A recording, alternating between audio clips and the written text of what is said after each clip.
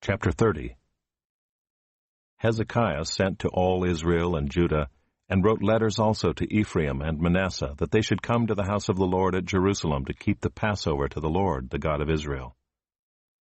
For the king and his princes and all the assembly in Jerusalem had taken counsel to keep the Passover in the 2nd month, for they could not keep it at that time, because the priests had not consecrated themselves in sufficient number, nor had the people assembled in Jerusalem.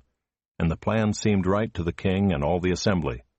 So they decreed to make a proclamation throughout all Israel, from Beersheba to Dan, that the people should come and keep the Passover to the Lord, the God of Israel, at Jerusalem, for they had not kept it as often as prescribed. So couriers went throughout all Israel and Judah with letters from the king and his princes, as the king had commanded, saying, O people of Israel, return to the Lord, the God of Abraham, Isaac, and Israel, that he may turn again to the remnant of you who have escaped from the hand of the kings of Assyria. Do not be like your fathers and your brothers, who were faithless to the Lord God of their fathers, so that he made them a desolation, as you see. Do not now be stiff-necked as your fathers were, but yield yourselves to the Lord and come to his sanctuary, which he has consecrated forever, and serve the Lord your God, that his fierce anger may turn away from you. For if you return to the Lord, your brothers and your children will find compassion with their captors and return to this land. For the Lord your God is gracious and merciful, and will not turn away his face from you if you return to him. So the couriers went from city to city through the country of Ephraim and Manasseh, and as far as Zebulun. But they laughed them to scorn and mocked them. However, some men of Asher, of Manasseh, and of Zebulun humbled themselves and came to Jerusalem. The hand of God was also on Judah to give them one heart to do what the king and the princes commanded by the word of the Lord. And many people came together in Jerusalem to keep the feast of unleavened bread in the 2nd month, a very great assembly. They set to work and removed the altars that were in Jerusalem, and all the altars for burning incense they took away and threw into the brook Kidron. And they slaughtered the Passover lamb on the 14th day of the 2nd month. And the priests and the Levites were ashamed, so that they consecrated themselves and brought burnt offerings into the house of the Lord.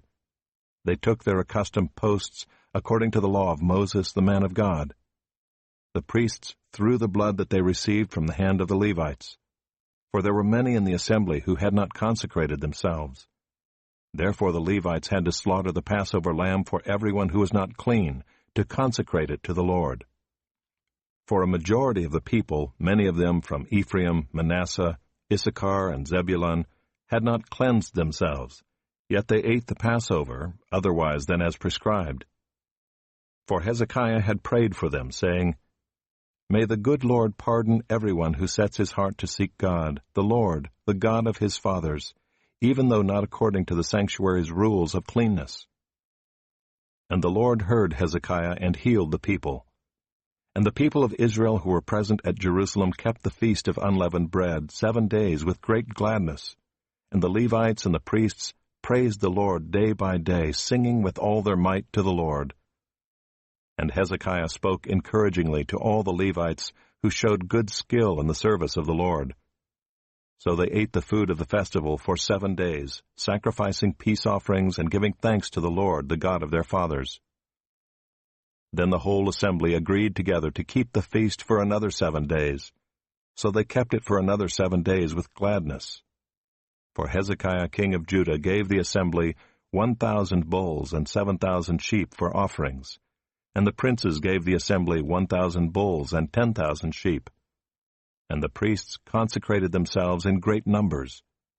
The whole assembly of Judah, and the priests and the Levites, and the whole assembly that came out of Israel, and the sojourners who came out of the land of Israel, and the sojourners who lived in Judah, rejoiced.